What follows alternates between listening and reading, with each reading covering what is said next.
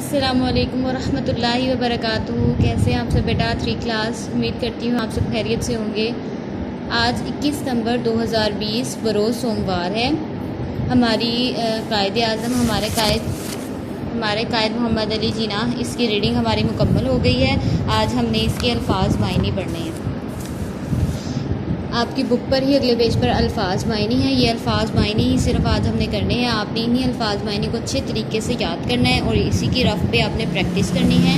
ہم پڑھتے ہیں سوداگر، تاجر، سوداگر، تاجر، سر انجام دینا، پورا کرنا، رہتی دنیا تک، قیامت تک، مخصوص، خاص، سفارش کرنا، حمایت کرنا، کردار، طور طریقہ، قدر کی نگاہ سے دیکھنا، عزت کرنا، وقف کرنا، دے دینا، بالآخر، آخر کار، منصفین،